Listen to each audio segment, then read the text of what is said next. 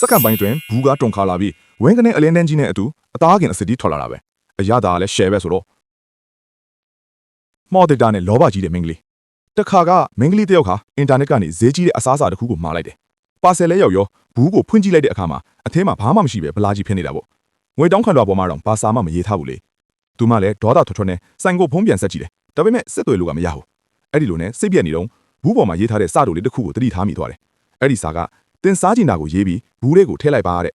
ပထမတော့သူကနောက်နေတာလားလို့ထင်မိတာပေါ့ဒါပေမဲ့စမ်းကြည့်ကျင်တာနဲ့စကူလေးပေါ်မှာအသားကင်လို့ရေးပြီးဘူးလေးထည့်လိုက်တယ်အဲ့ဒီမှာတင်ထူးဆန်းတာကစက္ကန့်ပိုင်းအတွင်းဘူးကတုံခါလာပြီးဝင်းကနေအလင်းတန်းကြီးနဲ့အကျူအသားကင်အစစ်တွေထွက်လာတာပဲအရသာလည်းရှယ်တယ်ဆိုတော့သူလည်းအားရပါရစားတော့တာပေါ့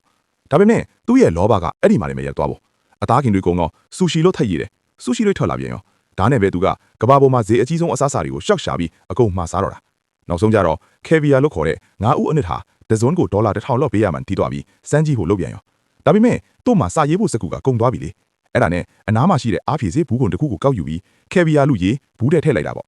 မက်ဆီတမီအတင်းမှာပဲငါးဦးတွေထွက်လာတာနဲ့သူလဲဝမ်းတာအားရစားပြီးဆိုရှယ်မီဒီယာပေါ်မှာကြွားနေတော့ပဲရှိသေးတယ်ရုပ်တရက်နှာခေါင်းကသွေးတွေထွက်ပါစက်ကအမြုပ်တွေထွက်ပြီးလဲကျသွားပါတော့တယ်တကယ်တော့သူစာရေးလိုက်တဲ့ဆေးဘူးကွန်ပေါ်မှာအစိတ် poison ဆိုတဲ့စာသားကြီးကအထင်ရှား